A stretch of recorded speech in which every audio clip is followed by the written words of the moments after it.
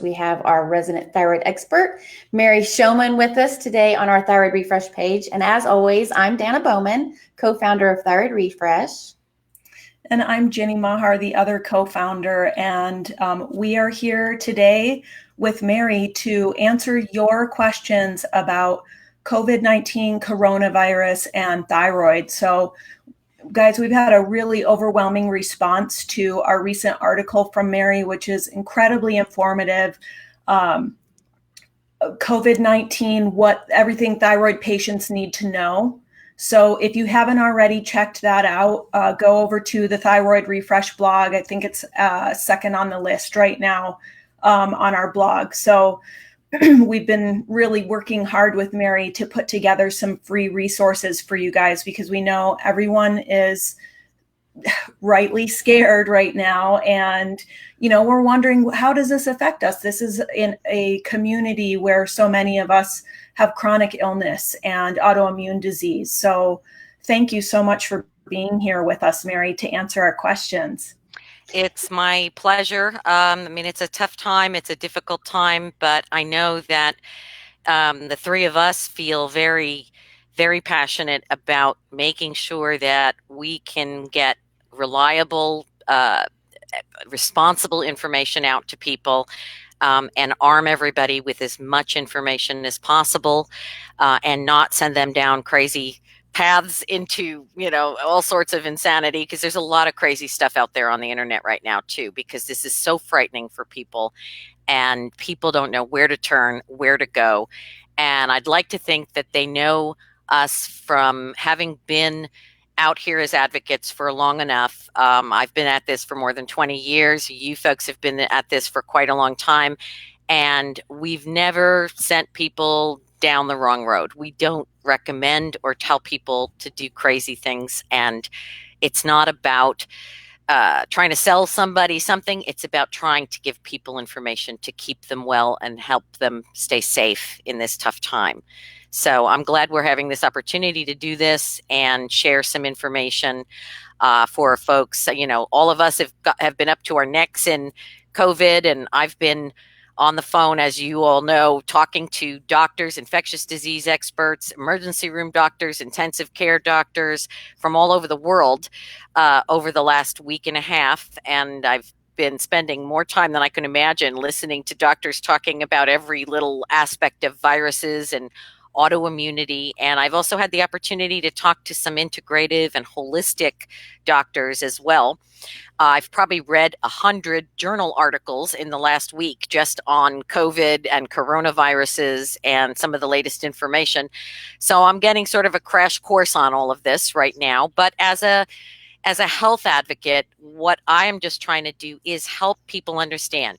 I read these medical journal articles all the time. They seem like gibberish sometimes, but I've read enough of them that I can try to make some sense and try to figure out a way to help people understand what is information we can actually use and do something with. Because there's a lot of things out there that are flying, doesn't have anything to do with us. I'm not a virologist or an immunologist. I can't make a vaccine in my kitchen, but I can help my immune system. I can take care of myself in some important ways. I can know the basic info that they want us to know about the virus. So all that is to say, we're trying to be as responsible and careful as we possibly can to help empower all of you. So, I'm actually seeing the messages. I didn't realize I would be able to see them. So we've even got people from the UK call online. Hey guys, you guys are getting it too. I'm worried about my friends in England, just like I am about my friends here in the United States. So, but I'm glad to see some folks here. Welcome to everybody who's on the call today. So I think basically I'm just going to do a very quick rundown of the most broad topic issues, just because I know there are some people that simply maybe don't have the time to know all this. If it is a repeat of something you've already heard, better to just sort of hear it again. So what we know is that one of the only ways that we can protect ourselves is through extremely good hand hygiene, okay? In fact, today I saw some studies that are suggesting that even more of this virus is being transmitted by hand-to-face contact than they initially thought. In the beginning, they said it's all just somebody's infected, sneezes at you, and the or coughs, and the respiratory droplets infect you. Then they said, no, wait a minute, actually, the respiratory droplets do that, but they're not dropping to the floor right away. They're actually staying airborne for up to 3 hours. So now it's they can cough or sneeze and leave, and up to 3 hours later, you walk through that cloud of aerosolized virus, you can get infected. And they said, oh, it's probably not much transmission this way, but those droplets and the aerosols can then eventually land on surfaces, fabric, couches, tables, doorknobs, whatever has been infected by these respiratory droplets, and the virus can live for a few hours. Then it came back, no, it actually can live for 24 hours on cardboard or paper. It can live 36 to 48 hours on plastics and metals, and it may be living up to 9 days on some hard surfaces, typically hard plastic and metal. Fabric and paper seems to be 24 hours, and it's out of the picture. So now all of my groceries that I'm getting, that I'm worried about, rather than trying to like Clorox everything, I'm just putting everything in a giant pile and leaving it for 24 hours, as long as it doesn't need to be refrigerated before I start handling it, because I figure that gives it enough time for the virus to die. So now they're saying they think that there's more touch transmission than they originally thought. So we're getting it sneezing and coughing at us. We're getting it because it's in the air for up to 3 hours after somebody has sneezed or coughed. And we're getting it by touching an infected surface and then putting our hand near our nose, our eyes, or our mouth. And that can be, those infected surfaces can last anywhere from 24 hours to, in some cases, rare cases, up to a week or 9 days. So we've got 3 modes of transmission. And we're they're still learning where it's all coming from, but that's why this hand hygiene issue is so important. And they say I watched Dr. Oz. He said you need to get your fingertips, so you need to do the whole surgical fingertip scrub with your fingers. Watch old ER episodes or something, and watch what they're doing, or go on YouTube. Maybe we can find a YouTube video to share about how to scrub up for a surgery. But essentially, 20 seconds. And they want you vigorous on the palms. Let me make sure I'm in the vigorous on the palms, front of the hands, top of the hands. We want to get up to the wrist area, both sides of the hands, between the fingers. I'm going back between the fingers, in between the fingernails, the whole bit. And you want to go for at least 20 seconds with soap and water. Much more preferable than the sanitizer, because the sanitizer isn't going to get everything. Sanitizer is better than nothing, but hand washing with soap and water is preferential, and it doesn't have to be an antibacterial soap. Doesn't matter, because viruses aren't bacteria, so it doesn't have an effect on it anyway. So hand washing is one of the main lines of defense that we have. In addition, the other thing that we can do is keep our distance, 6 feet away from anyone. And if somebody seems like they may be sick, you definitely want to keep your distance. And if you're taking care of somebody who is suspected or has COVID, either they need to be wearing a mask or you do. Because that is one of the highest transmission situations, is caretaking somebody that's got the virus. So we want to be wearing a mask, or we want them to be wearing a mask to protect us. If you cannot get a mask, then people are go check on the internet. There's all sorts of things for how to make like a homemade mask. All you need is a little bit of elastic and some paper towels and some tissue and some masking tape, and you can actually make yourself a little disposable mask that you can use if you cannot find masks, which you really can't out there for the most part. So something is better than nothing, but covering up your face and covering up the eyes if possible. You'll notice when you see the doctors and things, they've got these goggles, or they've got these plastic hoods that basically cover them from here, because the virus can go in through the eyes as well, in the nose, the eyes, the mouth.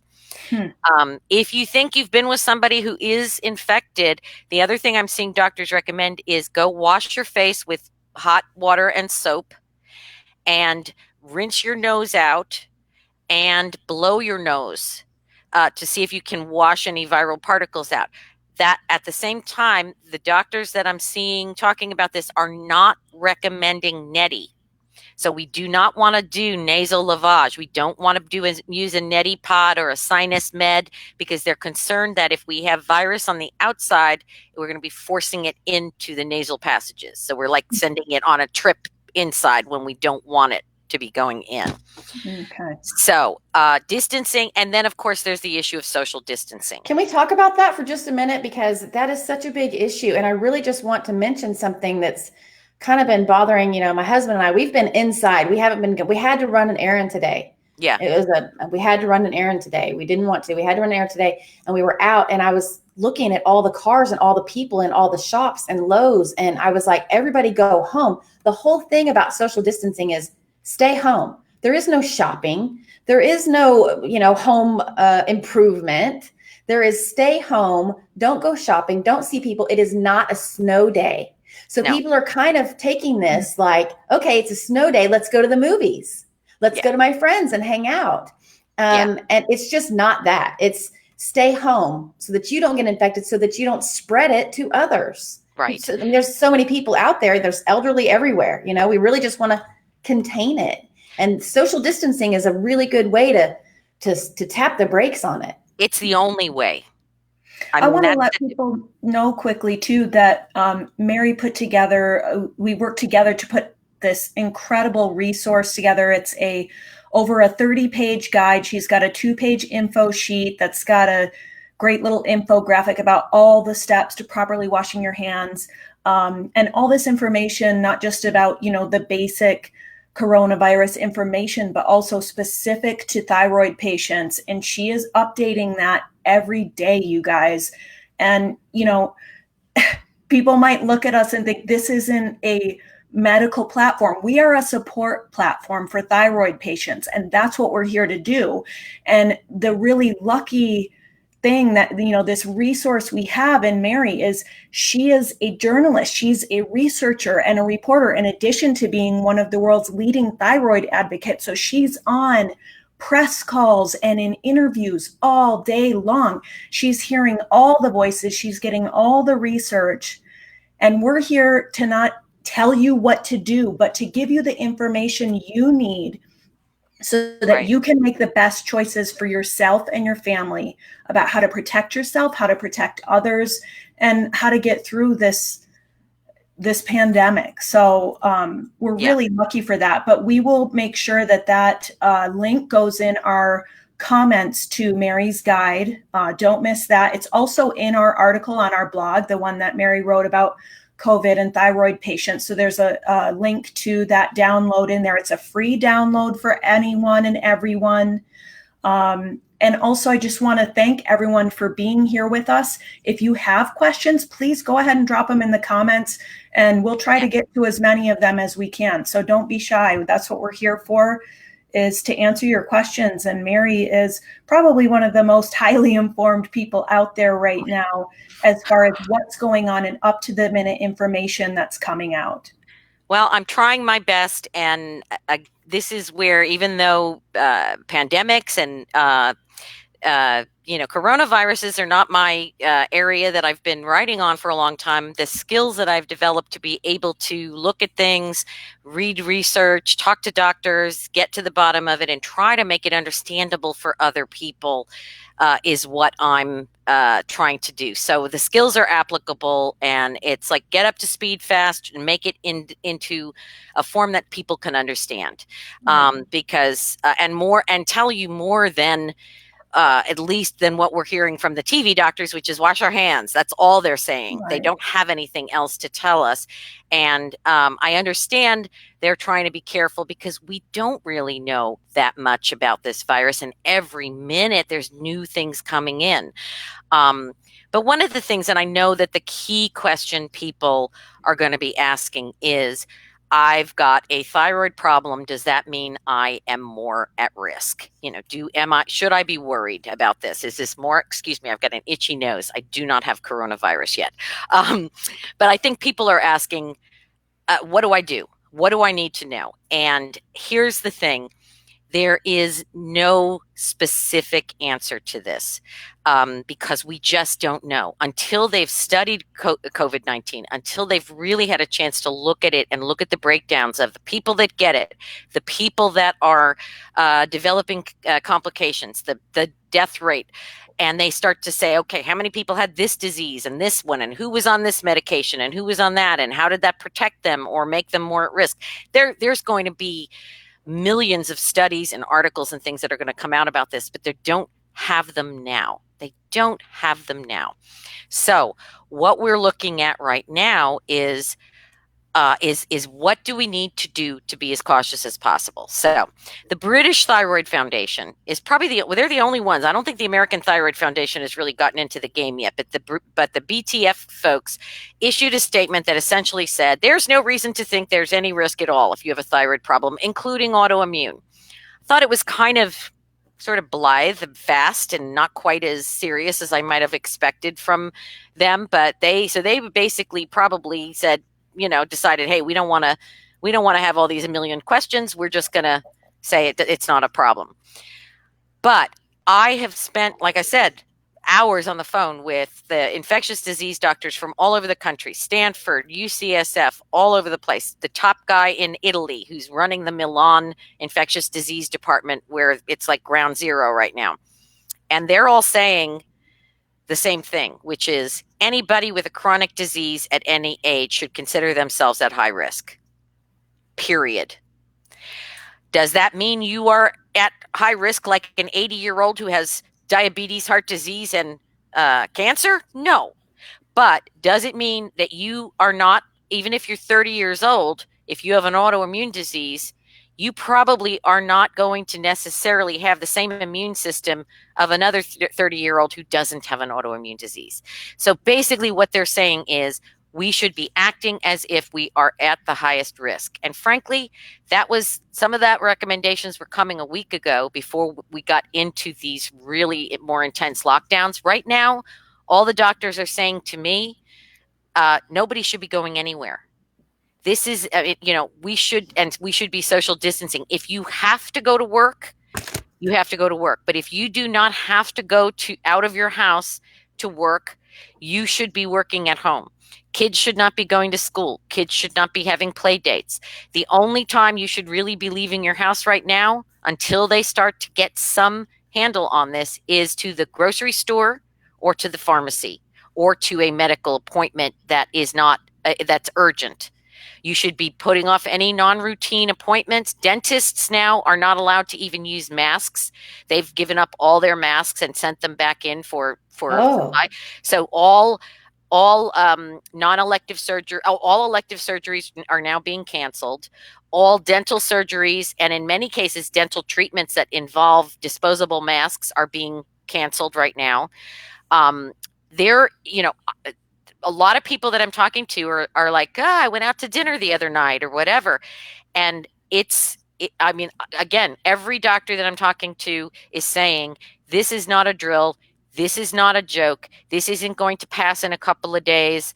We need to hunker down, social distance, stay in our houses, and only leave if it's an emergency or we have to, or we have to do this for our job. And if if you're leaving to go to work or whatever, you can assume you are going to come into contact with infected people, because at this point, the estimates are that 10 times whatever they're telling you in your area is the number of people that have been diagnosed. They think it's at least 10 up to 100 times more are people who are walking around who are undiagnosed but have it. And here's the lack of testing. Yes. And here's the kicker. They're now identifying that children and teenagers who don't get the worst complications or the worst symptoms of the COVID-19, the children and teenagers are the super spreaders because they don't get that sick or they don't even know they have it, but they are just as virulent. And this thing is dramatically more virulent than the flu. For every 5 people with the flu, 6 people are going to get infected. It's an R naught rate, a spread rate of 1.2. For every 5 people with COVID, 11 people are going to get infected. It's 2.2. So this thing is, I can't do the math, but I think it's at least double the infectiousness of the regular flu. So this thing is just, it's crazy. It's absolutely crazy. So, and let me really quick just interrupt you if you don't mind. I want to mention, I know because I have seen that there are some thyroid advocates and doctors and other groups who are saying you are not at high risk. I have seen that myself. Yes. I have seen that. Yes. And I really believe that if you are an autoimmune patient, just ask yourself, just think of this when you're asking that question. My immune system isn't right. It's out of whack. It is compromised. I have an autoimmune condition. If you have Hashimoto's, Graves. Right. And so doesn't that make sense to you that if your immune system is compromised, that your immune system can't deal with this as well as other people who are healthy can? Whether that makes you high risk or whatever level of risk, you just ask yourself that question. That makes sense to me. Yes. Okay. Because there are lots of conflicting reports and things. And one of the things is that it's hard to stay on top of it. You know, one of the doctors I saw a couple of days ago that is a thyroid advocate, you know, said you were not at high risk, but, you know, maybe she hasn't seen the latest research, or maybe he hasn't talked to the most recent doctor, you know? And so just ask yourself that question and just think, you know, my immune system compromised, you know, I need to be more diligent. So use your best judgment, right? The WHO and the CDC aren't putting us in the high risk category, right? I mean, there's like the official recommendations, and there's also all these virologists, you know, all these other experts and infectious disease experts and things who are saying otherwise. And it's one of those cases where you really have to kind of weigh it out for yourself. Yeah. Danna made a good point when we were chatting earlier this week. There's also a spectrum among us thyroid patients, isn't there?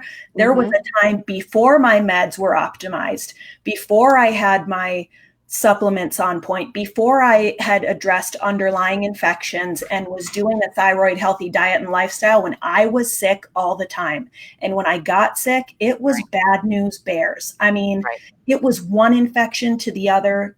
And I do worry. However, I haven't been sick since I made these changes.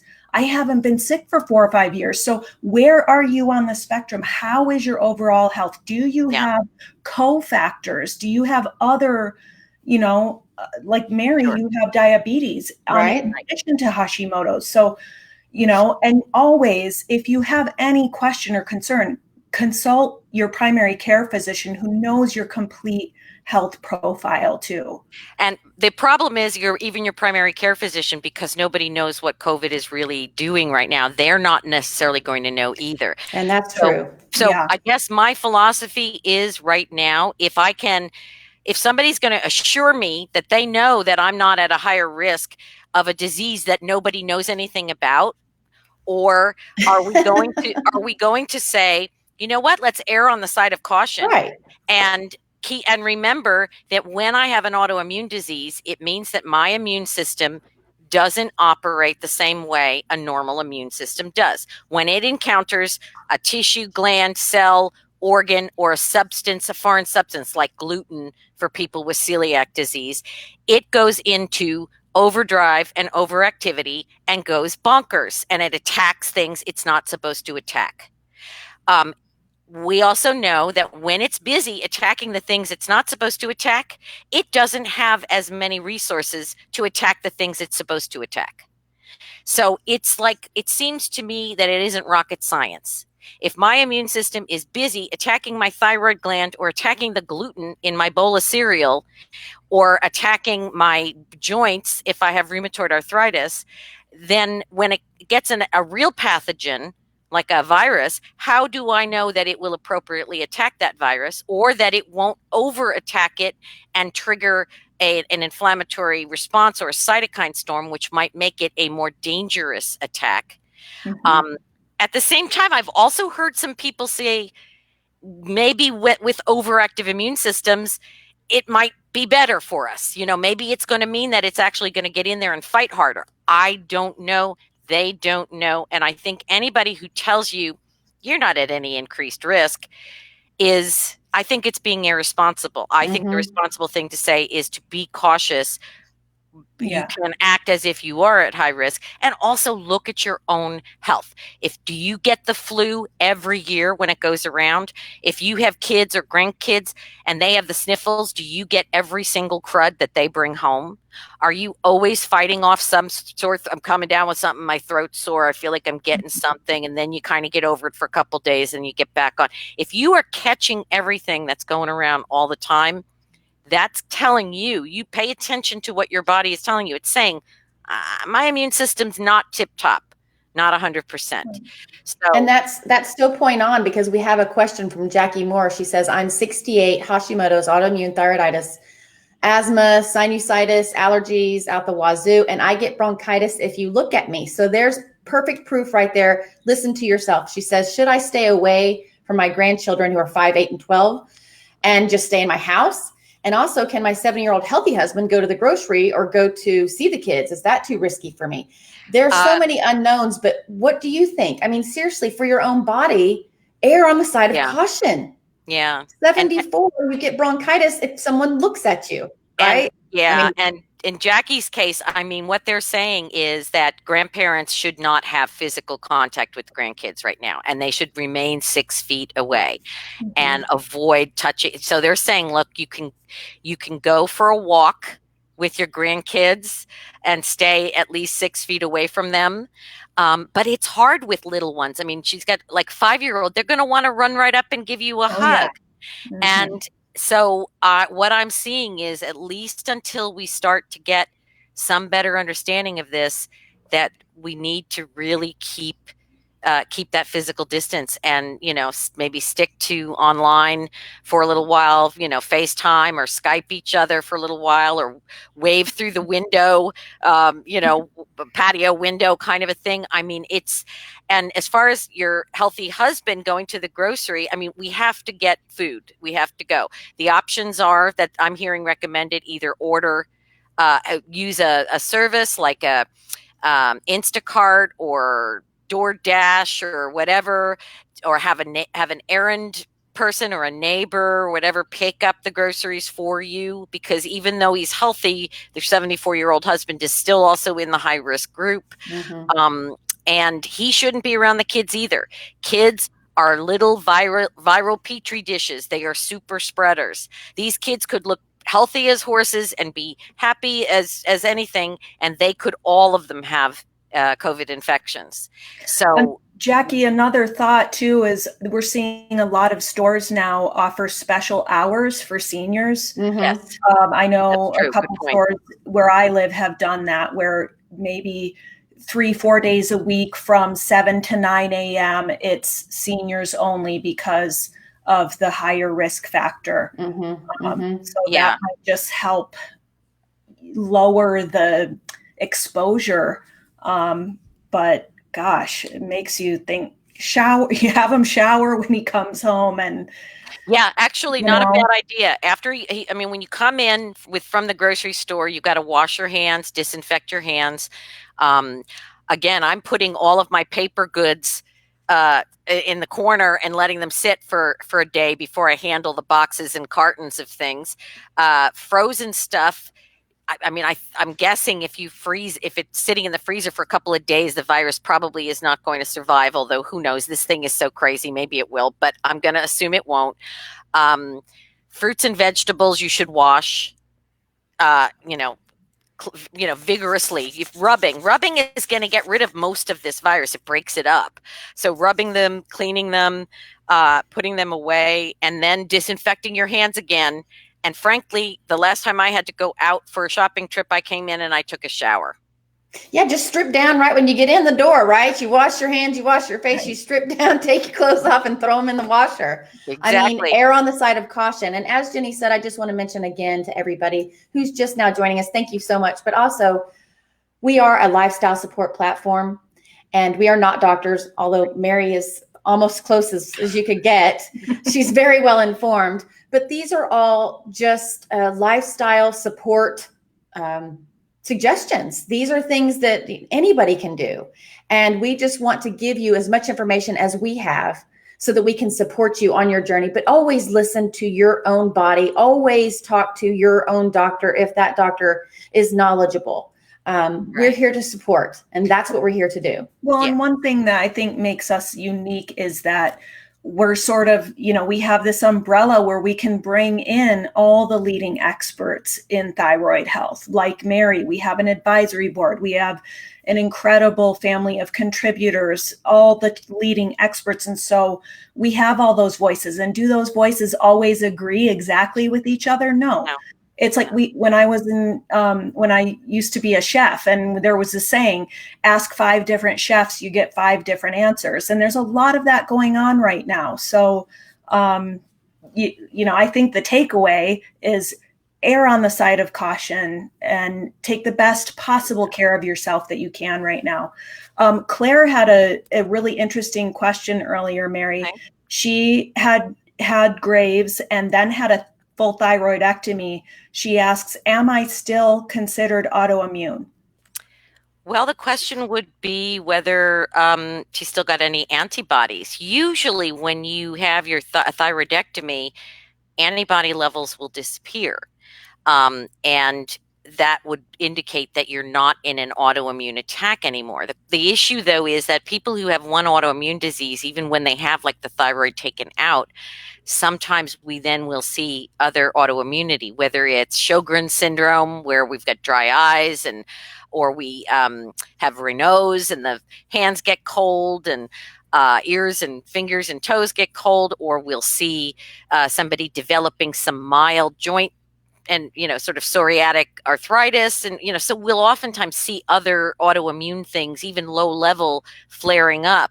But if you have had a full thyroidectomy for a condition and you have not had a recurrence and there's no remnant tissue left, then the chance that you are in an active autoimmune state is very low.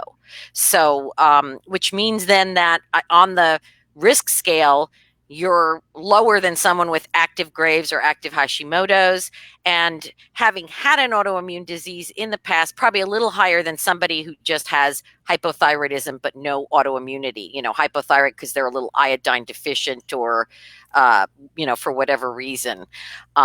So, I mean, that's kind of what I'm looking at, is it's like a hierarchy of all the different factors that come into play. But, you mentioned something else before too. I think it was Ginny, about the issue of the different risk factors and things with thyroid. And one of the other things that just sort of struck me about all of this too is, okay, so if thyroid patients, just a garden variety, otherwise healthy thyroid patient, maybe doesn't have much more risk, and that would be good news. Maybe autoimmunity gives you a little bit extra risk, not as good news, but again, we don't know exactly how it works. But then there is another issue here. One of the known risk factors is diabetes, and that goes for type 1 and type 2, okay? And type 2 diabetes is defined as consistent fasting blood sugar of a level of above 120 in the morning. That is not that high in the grand scheme of things. A lot of people are walking around right now with insulin resistance or pre-diabetes or borderline, right on the line there, high blood sugar, that could be technically diagnosed with diabetes type 2 if they were following up or monitoring blood sugar or more aggressive about it. So, and the other thing is, when you have a thyroid condition, in particular when you have Hashimoto's, you are at significantly higher risk of having type 2 diabetes. So I know for a fact that there is a subset of the Hashimoto's and hypothyroid population out there that is insulin resistant, pre-diabetic, or type 2 diabetic and does not know it, which means they are in that risk category. So that's another reason for why we want to say err on the side of caution. If you don't know that you may have one of these conditions. Now, if you just got your fasting blood sugar tested at your doctor visit a couple weeks ago and your fasting blood glucose is 82 and you have a rock bottom hemoglobin A1C and you're, thin and never had a trouble with any of this, not overweight, and everything else is going great, this is probably not a risk factor for you. But if you are middle age or over 60 and carrying 10 to 15 to 20 extra pounds and your blood sugar has been a little questionable and the doctor says we're going to watch this and let's take a look at it, then I want you to really think about that. And if you are diabetic, this is not the time to be messing around or eating lots of comfort junk food, because the research is showing that the better blood sugar control, the lower the complications and risks. So I'm a type 1 diabetic. I'm an insulin dependent autoimmune diabetic. I am on top of my blood sugar constantly. I have a Dexcom and I'm looking at my blood sugar every minute to make sure I'm never going above like 120 right now, even when I'm eating. I'm so fastidious because I don't want it to get high. So I'm urging people to be super careful about that. Take your meds. If you're on metformin, they actually have found that metformin it may confer some protection against the COVID. Again, all of this is speculation and we don't know and they don't know, but they're throwing out everything they can so they can start sorting through this to figure out what's going to work, because they may end up saying, hey, metformin is so good that we're going to give it to people who don't have diabetes when they have COVID to help reduce inflammation. Who knows? But right now, if you have any diabetes, make sure you are controlled. Take your insulin, take your medicine, take your metformin, take your injectables, whatever your treatment is, take it, follow it, and eat very carefully. What seems to make sense to me, if you think about it, is if you're healthy, you're healthy. If you're not healthy, you probably know you're not healthy. And I mean healthy. So if you're healthy, you still got to be, diligent about doing all the things, washing your hands and taking your vitamin C and all of that good stuff. But if you're not healthy, you probably know. And if you're not healthy, err on the side of caution. That's it. I mean, There's just, are you healthy or are you not? You know, I mean, of course we can go all these different hierarchies and all these different levels. And of course there are that. Yeah. But basically the bottom line is just err on the side of caution. Just do some extra self-care, self-love things for yourself, and stay away from people, basically. I want to tell you really quickly. I want to ask, Diane Thorpe had a question. It says, can you get it more than once? And also, if we can't use ibuprofen, what is okay to use? That's a great question. Jenny and Mary and I were just talking about that before we got on the show. And so I wanted to address that because it's a big question. Okay. The question about can you get it more than once is one that they are trying to figure out, because what they are reporting is that there are a couple cases of people who were cleared. They had 2 negative tests. After a week or 2 of symptoms and hospitalization, and they won't release people from hospitals and different places where they're handling this until they've had 2 negative tests in a row.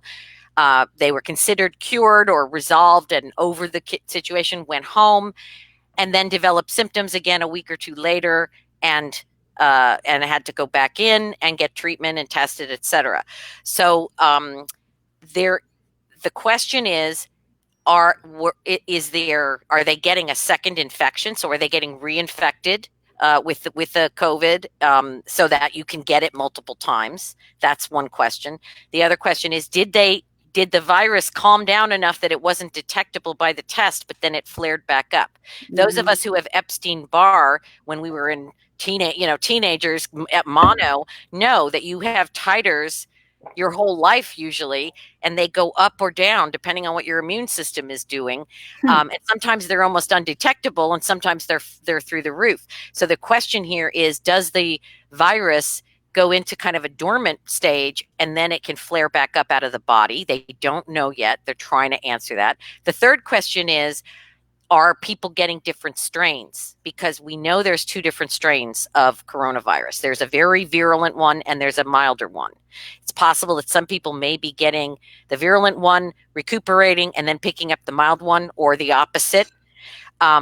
Or it's possible that it may be a relapsing and remitting virus, meaning it goes up, it comes down, it goes up, it goes down, and eventually, you're over it. So the answer is, can you get it twice? We don't know. But there is evidence that it's possible, and they're trying to answer that. At the same time, they're also looking at tests for antibodies to see if they can then detect who's had it and recuperated. And I actually saw that they're going to start using the plasma they're going to be taking blood from people who have recuperated where they can get detectable antibodies. And they're going to start using that as a treatment.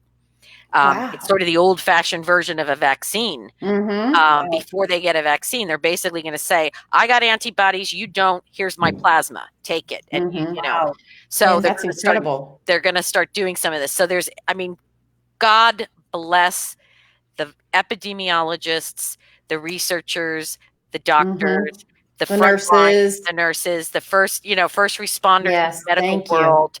Not to mention the grocery store people that are working, the Instacart delivery lady who brought groceries to my house, the garbage man, the mail lady, mailman, people running the power plant, and there's so many unsung heroes out there right now who are going to work. And just God and Goddess and the universe bless them all, because they are doing some amazing work. I mean, I saw an interview with a viral researcher. She's an epidemiologist. She's trying to create a vaccine. I mean, the poor girl, she said she'd slept like 2 hours a night for the last 3 or 4 weeks. She's on what she's supposed to do right now. That's not what she's supposed to be doing. No, but you know what? She's probably going to have a complete adrenal crash at some point. We know that, right? But she is trying to save the world.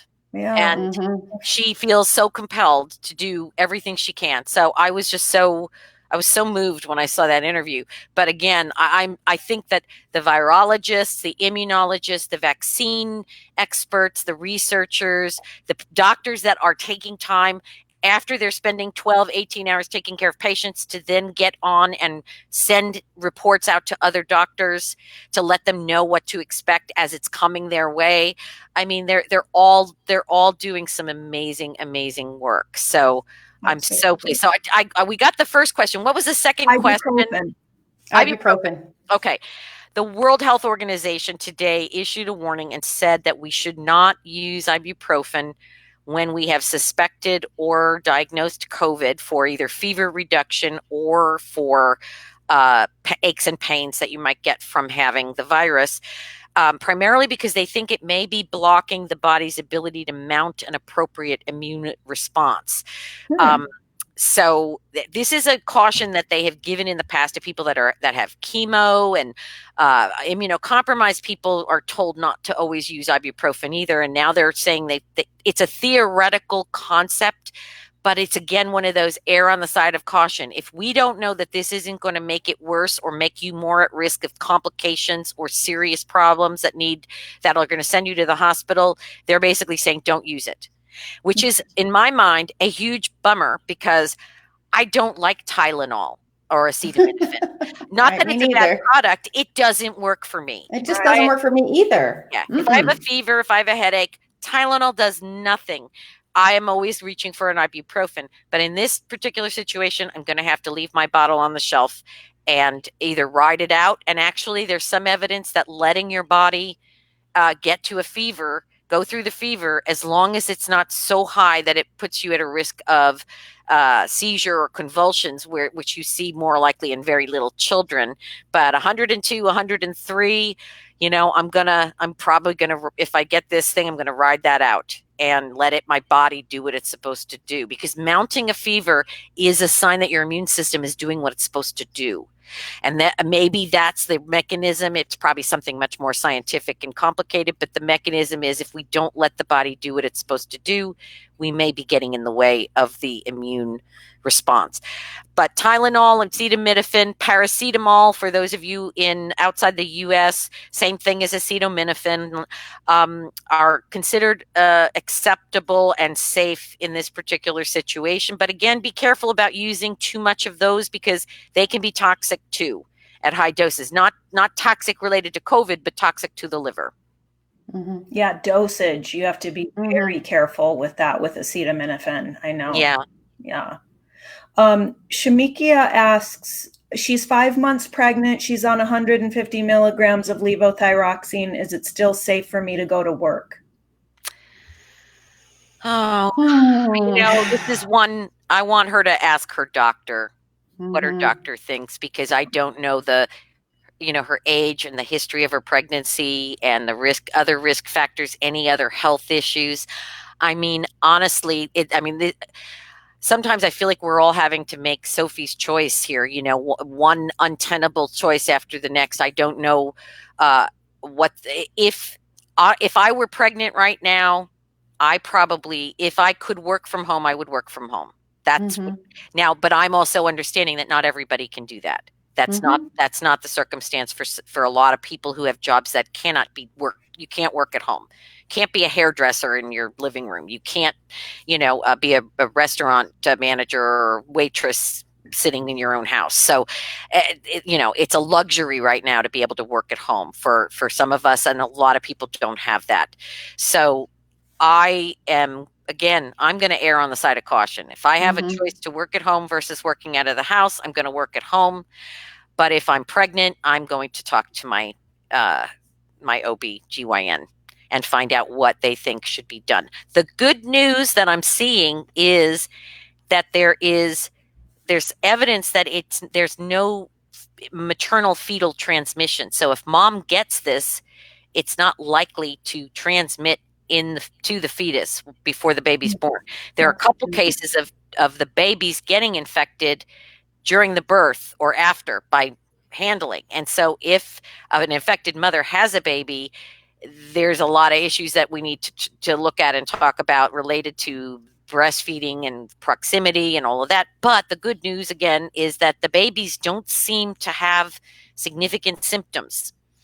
It's not hitting babies, children, and young adults in the same way that it's hitting older adults. And by older adults, we are now moving those numbers down. It was the 60. Now they're saying over 40 is at risk, not high risk, but they are seeing serious complications and hospitalization in adults that are not senior citizens. The thing with that age group is they are not as likely to have the mortality rate is very low, but they are still needing oxygen. Some of them are needing ventilators, and some of them are needing intensive care to recuperate. And that's where I'm going to go back for a minute and go to the issue of the social distancing, because every model that I'm seeing right now is saying that by the first week of May, which is what? 6 weeks? 5 weeks. By the first week of May, every single hospital bed in the United States is going to be full. Okay, in every city, in every area of the country is going to be full. And that means then that anybody else, and that's under the best case scenario, as in all of us stay in our houses and don't spread this thing any more than it's already spreading between now and then. So that's not 2 weeks, or I'm going to stay in my house till the weekend. That is staying in our houses for 6 weeks. That's the best case scenario. Even under the best case scenario, there are suggestions that as many as 1 million people will be hospitalized, and a substantial percentage of them are going to be seniors who are going to be at very high risk, and a lot of them are going to have mortality out of this. It's going to be very, very difficult. But the one thing we can do by staying home and not getting infected is slowing down the rate and trying to keep the gap between the total number of beds and the total number of beds needed as small as possible. But when we get to the point where we have 10 people for every available bed, and those 10 people all need ventilators or oxygen therapy or a bed that isn't available, that's when our death rate is going to skyrocket. And it's not just going to be 80-year-olds with 8 coexisting conditions. It's going to be 30-year-olds. It's going to be friends that you know. It's going to be relatives of yours. And that's the trouble with, people thinking, well, oh, it's just the flu, or I'm not really at risk. It's right. It's healthcare. Or 25. There's so much more to it than that. With right? The tidal wave is the problem. Exactly. And if you may be 25 perfectly healthy and not have a health problem in the world, but what happens if you break your leg? Right. Where are you going to go? Because the hospital is not going to take you. The ER is not going to take you. What are we going to do? What if your mom doesn't have any risk factors, but grandpa has a heart attack in the midst of all of this? Where is he going to go? Right. What if you're pregnant and you need a C-section? Where are you going to go? If they don't have available hospital beds and all medical personnel who are going to get sick too, a percentage of them are going to get sick too. So I know this is scary and I know it's frightening, but it's reality. And if I'm scaring any of you enough to make you stay home and social distance and avoid going out in public, then maybe we've saved a couple of people's lives down the road, because this is not a drill. This is not a game. This is not a simulation. And whatever you're hearing on the media is an underestimate of what is going on. Because I've told Ginny and Danna, I have access to information from a private list, private Facebook group of 50,000 plus doctors who are all talking about COVID, and these from all over the country, including, Europe and et cetera, but most of them are domestic doctors, ER docs, infectious docs, primary care docs. They are terrified. They are stark, raving terrified. More than you're going to hear any of these TV doctors who are like, yeah, wash your hands and whatever. No, they are absolutely terrified. This is every bad nightmare, stupid pandemic movie we've ever seen coming to life. And let's love on them a little bit, because I have a friend who is a head ER nurse, lives down the street, a really good friend of mine. And yeah, she's scared too. And she needs some love and some support and all that. So let's do what we can. And, I want to reiterate for those of you who are just joining us, or those who are watching the replay, this is Danna and Ginny and Mary from Thyroid Refresh, a lifestyle support platform, here to support you on this scary, scary journey. But basically, err on the side of caution is one of the takeaways, and stay home. I saw on the thread a few times there were some people asking questions, what about drive-through? What about restaurants?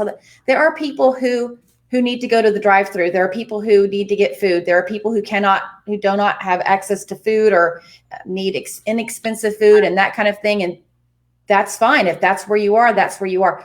But we're not just going to the restaurant to go to a restaurant. Most of the restaurants should be closed if they're not very irresponsible. Very, very, very irresponsible. Yeah. Out or delivery, which a lot of places are. Right. And so I really feel like, it doesn't matter whether, on the one hand, of course, we're here to talk about, can we get sick as thyroid patients and all that. But basically, my son, my daughter, they're in their teens. We're all staying home. This is bigger than, am I going to get sick? Am I, this, am I that? This is what's going to happen to the world, to my friends, my loved ones, my mom who lives in Texas. This is bigger than that. How many beds are going to be available? What happens if I decide to go skiing, even by myself? What if I'm going to go and I break my leg, like Mary said? Then what happens? Yeah. This is the time to really just kind of stay in self-care. This is our spring break right now. I'm actually supposed to be sitting on the beach in Maui right now. And I have been so grateful to be friends with Mary and to have gotten some really good information when my family and I were trying to make this decision, and so happy that we didn't go. I would much rather be quarantined at home, and it's the right thing to do right now. Yeah. And I know, we're not trying to judge or point fingers, because it has been difficult. People have been asking the questions, and the recommendations have been a little bit maybe underplayed, nobody wants to send the world into a panic mode. That creates a crisis on top of a crisis. And look, fear is a normal and healthy response to this even. Mm-hmm. But let's all try to make sure that our fear is not, like I heard somebody put it this way: neurotic fear is, I'm going to hoard all the toilet paper and all the hand sanitizer and buy up all the Tylenol for myself. And wisdom fear is, I'm going to wash my hands. I'm going to stay home as much as I can.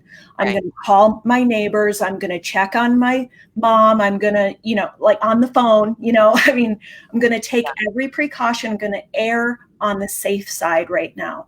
I think that is what our fear should be inciting us to do right now, is to take those precautions. Yeah.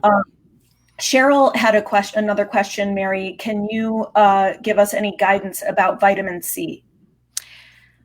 Okay. I will share with you what I am seeing about vitamin C, but at the same time, I'm going to say straight out, I'm not a doctor. I'm not a practitioner. I am basically a reporter. So I'll tell you what I have seen. And what I'm doing myself personally. I've been taking, I usually am taking 1 to 2,000 milligrams of vitamin C a day. That's my, 1 gram or 2 grams, 1,000 to 2,000. That's my usual dose. I'm continuing to do that right now. And making sure, because sometimes you forget and you blow it off and you say, it's just my vitamins, I'll take them tomorrow. I'm saying, no, I'm going to make sure I get my vitamin C every day. And I am also, I've got my C stashed so that if I get sick, I'm going to take extra. What I've seen on some studies is that there is some evidence that for viruses, coronaviruses in general, and keep in mind, rhinovirus, which is a cold, and influenza virus are coronaviruses. They're the same family of viruses. They just operate in a slightly different way. But there is some evidence that for coronaviruses in general, vitamin C may help during the acute stage, but like high doses. So I've seen one study that suggested that you take a gram every hour, every half an hour to an hour when you're in the acute stages up to bowel tolerance, meaning the point at which it starts to loosen your stools. And that bowel tolerance can go very high when you're in an acute infection. Your body's desire for vitamin C dramatically goes up. So where bowel tolerance is for you is a unique thing. For me, when I'm very sick, I can take a fair amount of vitamin C, but normally I stick to, like I said, 2,000 milligrams a day. But I'm taking vitamin C. The docs that I know that are integrative, holistic, nutritional are all saying they're taking vitamin C right now, making sure they're getting their higher dose C, not just a multivitamin that has C in it, but they're taking some extra vitamin C. And that's probably as much as I'm comfortable saying about it, because we don't know. Because again, this is going to be one of those things they're going to be studying. Does vitamin C prevent infection? Does it reduce the severity? Does it improve the outcome? I mean, there'll be studies on this stuff for years to come. And they don't happen overnight. Right. The double-blind placebo-controlled studies and all of that, it takes time months and years, and it takes money. Yeah. And we're still collecting the data. This is in real time. So yeah. I mean, it hasn't even hit America in full steam. I mean, estimates are that in about 4 to 6 weeks is when we're going to be at peak infection. So we are, we're far from we're on the, if you think about it as a roller coaster, we're in the car going up to the top before we, go over the cliff here. So we're waiting to see what happens. But the good news is that the vast majority of people who get this do recover. But you can't recover if you can't get a hospital bed or oxygen or a ventilator. And that is the whole rationale for staying home and social distancing. So I'm going back to that again, because I'm going to keep hammering it home, because the virus is dangerous, but it's not fatal for most people, but it will be fatal for even healthy people if they can't get medical care. And they won't be able to get medical care if you are running around going out to eat and your kids are super spreading virus to everybody in the universe and making grandma down the street infected. I mean, bottom line. I think we're coming up on we're just hit about 1 hour, the 1 hour mark. So maybe just one more question, Mary. Oh, sure. Absolutely. Can you talk about the differences in symptoms between the flu versus COVID-19? Okay. What I've seen on the symptoms for COVID are 3: fever, cough, typically, I think a dry cough, not as much of a mucousy cough, but a dry cough, and shortness of breath or difficulty breathing. And there's some evidence that there might be a small percentage of people that have some gastric problems, either nausea or diarrhea or vomiting, but not as many. It's much smaller. Some people have aches and pains typical to like the flu, and they might also have chills with the fever. The difference is that apparently the onset of these symptoms is a little bit slower. With flu, I've seen that some studies that said most of the time when somebody gets the flu, it sort of hits you very quickly. I don't know. Have you all had the flu? For me, it was like you're walking around and you're feeling a little under the weather, and the next minute your fever's 102 and you're freezing, and then you're hot, and then you're freezing and you're hot, and you're in bed, like, and life in a couple hours, just and you're miserable. Mm-hmm. Yeah, exactly. Yeah. Whereas they're saying with this, it seems to be a slower development of symptoms. And again, how severe or how acute it is for you really does depend on the unique course in each person.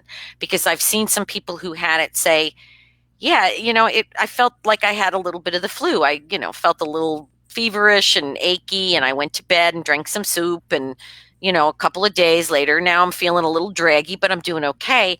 And I've also heard people report, and they said it's like the flu times 1,000, and they weren't even people that were hospitalized. They said I had, 104.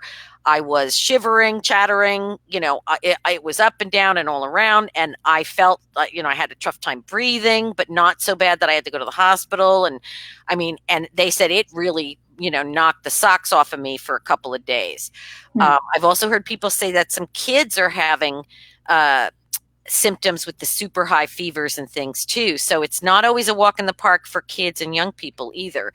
But it's when you have difficulty with the breathing, when the lungs start to get compromised or damaged, that's when people need either oxygen or they need ventilation, where they get a ventilator to help, because that then takes the stress off the lungs, lets you get oxygen, lets the lungs have a chance to heal and calm down, and sort of may slow the destructive process and let things kind of calm back down.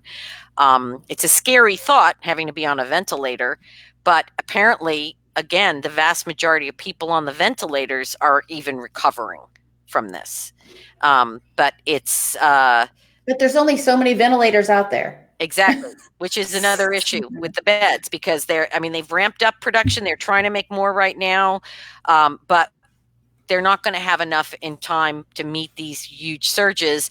The key is just spread the surge out and make it lower over longer time. Right. But that means we are going to have to really get prepared for a very different way of living for quite a while, till things start to calm down, till they get some medicines that are going to be able to knock this thing out, and eventually till we have a vaccine, which might be a year to a year and a half. Wow. Okay, so that was not fun. One thing I would just like to tell everybody is there is a tendency to want to panic, or not to want to just panic. I mean, Oh my God, the sky is falling. You want to just. For some of us, it's just in our nature. I mean, this is very, very fundamentally frightening, and it may in fact be the most frightening thing most of us will ever experience in our lives. So one thing I want to tell you is when you're feeling panicky, the best thing that you can do is stop, because when you're in a panic mode, you're not going to think clearly or make good decisions. So when you are feeling panicky, I want you to stop and remember me and Danna and Ginny telling you to breathe, okay? You put your hands on your belly, both hands on the belly, and I want you to take a deep, deep, deep breath all the way into your belly, bringing the air all the way down towards your pelvis, and hold it for a couple seconds, and then exhale. I want that belly to get so round, you're like a baby on the beach with the belly coming up and down. You ever watch a baby nap on the beach and their little belly rises up and down? I want that belly to rise and back down. And I want you to think about how 3 of those deep breaths actually shifts your body from fight or flight mode into a more calm, relaxed mode. It calms your adrenals, it calms your blood pressure, it lowers your cortisol, it helps your blood sugar, and it helps your immune system. So when you're breathing, you can put your hands together in prayer for your God or your universe or your guiding spirit. You can put your hands to your heart and thank all the people out there that are struggling to help us and struggling on our behalf, and send compassion to the people who are suffering. You can make it into a prayer. You can make it into a meditative process. You can make it into just gratitude for the things that you do have. I mean, right now, that's one of the things I'm really focusing on is I am not in a camp on the border. I am not a refugee right now. I have a house. I'm not a homeless person. I have a work that I can do from my house, which is fortunate for me. I may not be employed with a job that has benefits and everything else, but I have some benefits of myself. Other people have other benefits. Maybe you're quarantining with your honey. You know, I'm quarantining with my dog, and I'm glad to have a dog. I have to say, at least I've got my company. So find something beautiful. Find something to be grateful for. Thank whatever your higher power is, and send good thoughts and thank yous out to all the people that are out there doing the hard work of trying to protect us. And pick up your phones or your texts or your emails and reach out to the older people in your lives. They are more frightened than anyone because they've got the target on their back. So, call up your mom's best friend that you haven't talked to in forever, who's on her own because her husband's gone, the widows, call your friends who are older, your relatives, the aunt you don't always like to talk to, neighbors, neighbors. Exactly. This is a time for those of us who are healthy to reach out so people don't feel alone. Absolutely. And to try to stay in connection with spirit and whatever guides you on a spiritual level. I don't want to, go all religious on people one way or the other, because not everybody is that way, but everybody has some sense of higher purpose, higher power, and whatever that is, we better be praying to it, talking to it, calling on it, and meditating with it right now, because it's going to take a lot of strength and a lot of faith. All the help we can. What that faith is in, we're going to have to get through this together. And exactly. We're here for you. We have an amazing, positive community, and our arms are open. We're always happy to help just be here for people and provide, like so many, Danna and I were joking. It's like we've been preparing for this since the day our doors opened almost exactly 2 years ago. Right. Anti-inflammatory recipes, anti-anxiety breathwork videos, thyroid-friendly home workouts, meal plans, like all this information on nutrition and how to keep yourself healthy and well. And that was a really good point you made, Mary. I think it was before we hopped on.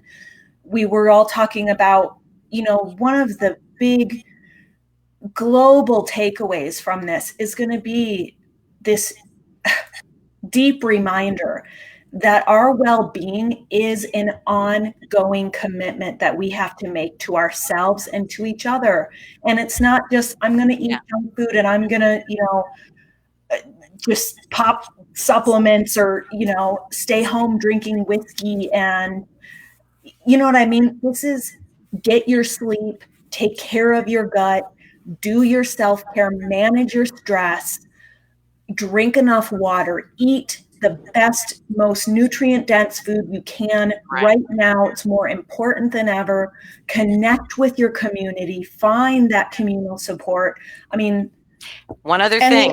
And the earth. This is such a good time for the earth, for everybody to just stop. I saw a video somewhere of the canals in Italy, and you can see they're clean. They're clean. Yeah, because of all the pollution from the boat traffic is cleared out right now. So you can actually see through the water. Is that incredible? Yeah. I mean, our planet needs us right now. It's taking a break right now. It's letting us, all hang out. One thing I did want to add. Pausing. Yeah.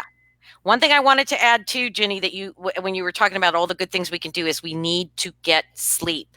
You can go buy 20 supplements and you can, spray, silver spray up your nose and zinc down your throat and all the other thousands of things that everybody's running around frantically trying to think about doing. But the best thing that you can do for your immune system is get 7 or more hours of sleep a night right now. Mm-hmm. And, if kids aren't going to school, let them sleep in. You sleep in too.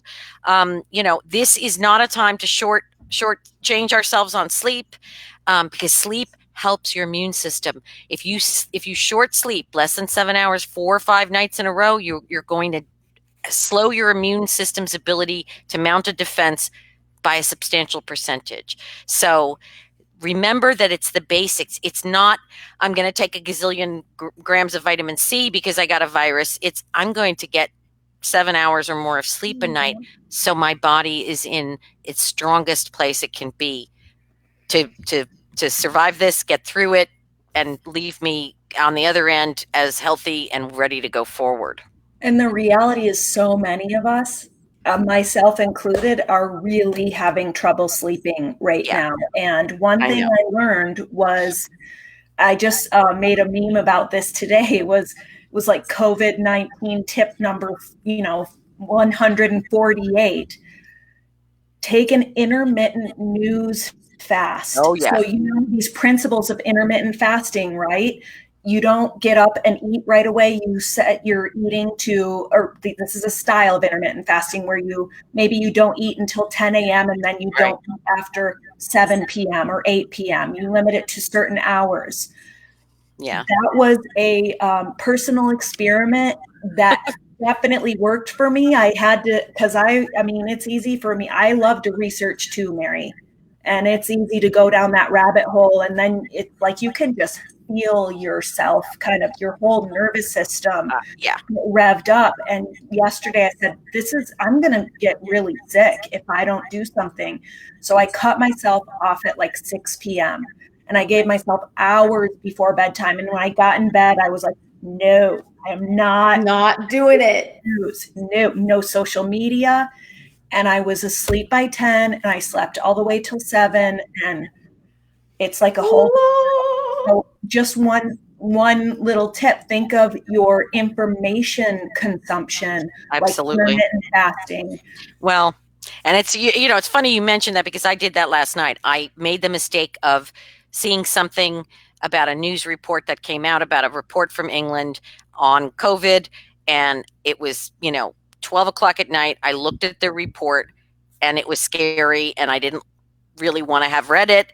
And then I had it, I almost went into like anxiety state. And I had to sit and do about 15 minutes of seriously good deep breathing and slow things down. And the interesting thing is, because I have a Dexcom on my phone, it is constantly telling me what my blood sugar is. And I could watch my blood sugar going up, up, up as my stress level went up, up, up, because cortisol promotes higher blood sugar. So I could actually see, it's almost like I have a little stress meter now. I got up in the morning, my blood sugar is really good. I'm okay. I turn on the news and I watch the blood sugar go boop, boop, boop, boop, boop, boop. And it doesn't do that without food usually. It's being fed by my fear and my anxiety. So interesting. Wow. So now I'm breathing. I am, I'm not going to make that mistake again. So last night I had been really good. I turned on Modern Fast for a little while and take a little break from all this craziness. And then I made the mistake of looking at my phone because some news alert came through and it just shot me. And it took me a good 2 hours to go to sleep. I was so worked up. So yes, I think Ginny's advice is brilliant.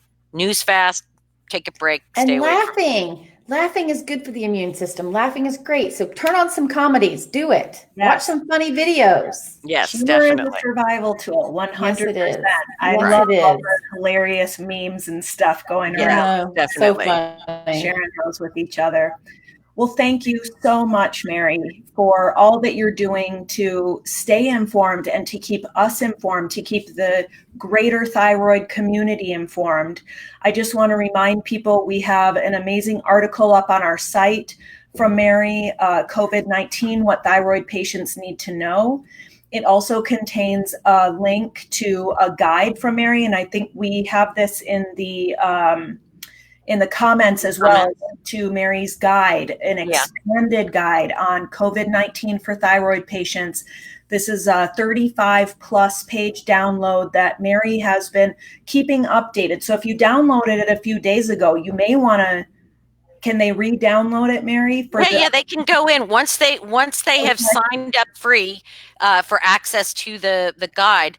They have access to it, and we're updating it on a regular basis. They will, once you sign up, we will sort of shoot out a quick email periodically to say, hey, we have some new info or some new findings, or there's a new updated version. Go check it out and download a copy for yourself, just to keep you up. But we don't want to spam you with updates about it, but we do want you to have access to that information. It's an excellent resource. She made a great infographic. And I also just want to let people know, in case they're feeling like they need extra support, they're like, I don't have home workouts. I want this information and this support, and I want to be part of a community, that we have that at Thyroid Refresh. And we decided to just hold a pop-up discount on that of 25% off our annual memberships, just to make it easier for people to get this right now. If we could offer it for free, we could, we would, we can't. We have to keep the lights on. There's a lot that goes into basically running a magazine is what we're doing. And so the code for that is refresh25. That's also in Mary's download. So that will get you 25% off. And just on a bright note, I know we've had some of our Thyroid 30 team players here. I've seen you guys in the comments. So Betsy here. Yeah. Hi, Betsy. And this is our 30-day wellness adventure that's based on the 8 daily rituals of thyroid healthy living, which is everything we just talked about: the gut health, the diet, the staying active, getting sleep, self-care, hydration, community. You plan a team, and just want to let people know that that is there as an option. It's already highly affordable. We are not canceling is one thing that is not canceled. Our spring Thyroid 30 will not be canceled. Not canceled. It's online. It's communal. We need this more than we maybe ever have, or maybe ever will again. So we are 100% doing our spring Thyroid 30, and that is going to begin in early April. We'll keep you guys posted on that. So just, and there's so many great cheerleaders in there. Informed about the resources that we have for you, because they are many. We have so much to give and so much to share with you right now. So thank you all for being here. Thank you again to Mary, and everybody, take really good care of yourselves right now. We hope wherever you are that you are okay. And we're going to be thinking about all of you. And breathe. Don't forget to breathe. Don't forget to breathe. Right? All right. Bye, guys. See you next time. Thanks, everybody. Germ-free kisses, right? That's right.